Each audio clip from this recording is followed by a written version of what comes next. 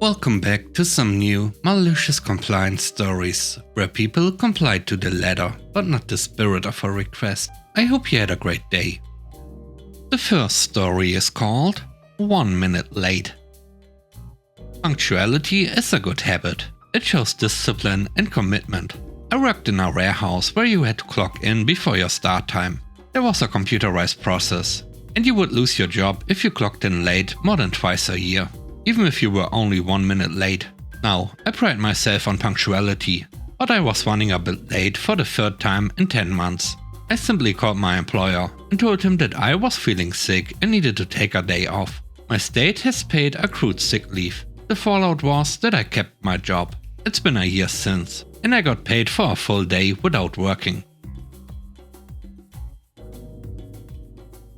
The next story is called State Provided PTO. My EMT job largely hired 18 to 22-year-olds who usually had this as their first ever job. They heavily emphasized that employees who are part-time get no PTO, but kept the state-provided illness PTO heavily under wraps, so the majority of people had zero clue that it could be used at any time you had to call in sick. I had gotten sick many times during my time working there, because it was the 2020 era, and not once did they brief about taking paid time off, despite there being an entire process involving HR to take time off for 2020. Granted, yes, they could have assumed I knew, or whatever, but trust me when I say that this place was predatory when it came to paying us minimum wage as EMTs, and not a single person that worked there for years knew about it. On my second to last day of my 2-week notice, I discovered that there was an indication of PTO in my file, which we all largely ignored since we were told we don't get any PTO. Here's how the conversation went. I noticed that my file states I have unused PTO. I'm confused because we were told we don't receive PTO at all since we are part-time. That statement dated PTO for illness. Well, since I haven't used it, will I see it on my last paycheck? No, it's only for illness leave. I got sick twice working here and had to take weeks off. Can it be used retroactively for that? No, it has to be requested at the same time as when you are taking off. That would have been nice to know when I contacted HR multiple times for sick leave. Weird how no one thought to offer it or asked if I intended to use it. I have 2 shifts left this week that I'm willing to work. But can we figure out a way for me to receive the health PTO? No, that's not possible. You will also be unable to request a recommendation letter if you call off at all during your 2 weeks notice due to a lack of professionalism. So, in order for me to get that money, I would have had to call in sick and request that I use my medical PTO at the same time? Yes. Okay, so I'm calling to let you know that I have to call off today and tomorrow because I am not feeling well. I would like to use my PTO. Well, are you really sick? If I am sick, will I get to use my medical PTO? Well, yes, but then yes, I am sick.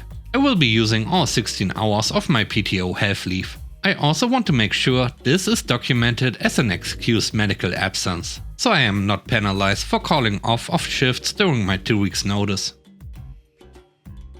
The third story is called Drinking at Work. I work in a hardware store, like Home Depot, but smaller, in Belgium. I'm in charge of electricity products, lights and appliances, kitchen modeling. We also make kitchen cabinets, and plumbing when my coworker isn't working. 3 days a week, as our schedules don't overlap frequently. I have kept a habit of having my bottle of Coke or other soda at my desk, hidden from view. We have a small desk with a computer to manage orders, inventory and googling parts we may not be familiar with. So I drink from my bottle when needed, and if a customer needs me, I put it away mid-sip and come back after helping him to finish my sip. Recently, our manager told us to not have any drink or food at our desk because it's not a good image of the store. Because, you know, what will happen if the customers discover that we are humans and need to drink to live? I didn't follow this instruction at first, because my desk is on the opposite side of the store compared to the lunchroom, and I don't want to walk there every 20 minutes just to drink. 2 days ago, the manager noticed I was heading to my desk with my bottle in my hand, and said I had to put it in the lunchroom and go whenever I had to drink to take a break and drink. So I did just that. Instead of losing 10 seconds to drink like I was doing for the past 2 years, I now take 2 minutes to walk to the lunchroom, take a 5-minute break to drink and relax, and again 2 minutes to go back to my area every 20 minutes. This job was cool until I got this boss. But now I'm already looking for another job because I can't take the micromanagement anymore. The next story is called Rude Customers. 7 years ago, I used to work as a cashier in a pharmacy. I didn't like the job and have a low threshold when it comes to rude or disrespectful customers. When a customer would come to my register while talking on the phone, I would take great pleasure in saying all the usual stuff I'm required to say, just loud enough so that it disturbs the call. Hi, how are you? Have you found what you were looking for? Do you have the fidelity card? Would you like to donate to X? I would usually be met halfway with a gesture or words that meant that they wanted me to stop talking. And stop talking is what I did. In my city and store policies, plastic bags can't be given free. They cost 5 cents. And because they aren't free, I need consent from the client before adding them to the bill. Unfortunately for them, the bag was the last thing I would have asked if they let me speak. But I was told to stop talking, so I did just that. Scan the items, leave them standing on my counter, don't say the total amount, just waiting for the customer to realize it's time to pay. Then let the customer pay and wait. Usually, now they talk to me and asked, why aren't you bagging my stuff? Without a word, I point out the clear yellow sign on my counter. Bag. 5 cents. Most of them pulled back their wallet to pay. Some grabbed their stuff hastily and left, still on the phone. Made me happy. The last story is called 7 minutes overtime. I'm a nurse. A hospital I worked at early on paid by tenths of an hour, as most do. They were cracking down on overtime. They were more than happy for us to clock out up to 7:36. Quit time was 7:30 and this meant we didn't get overtime. But if we clocked out at 7:37 or later, it was a problem. The unit I was on got a new director and became hell. More and more people quit. They couldn't replace them. We became dangerously short-staffed. We never took the 2 15-minute breaks. Ever. We usually clocked out for lunch, because you'd get in trouble if you didn't. Never mind you didn't have time, but we had to clock out. About half the time, we would have to work during that mandatory lunch. Unpaid. A big overtime crackdown came.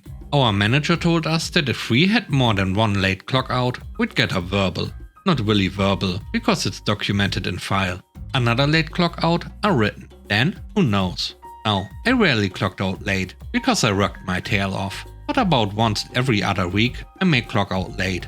But that's because I tried really hard to get out on time. I didn't even want the overtime. I wanted to go home. About everyone got a verbal within 2 weeks.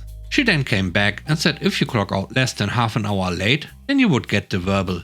However, if it was more, then they knew something bad happened and would let it go. So all of us who tried our best to get out within 6 minutes late on bad days, no longer. We took our sweet time and we were all clocking out 45 to 60 minutes late. Our documentation was never so perfect. Suddenly, they dropped the whole BS.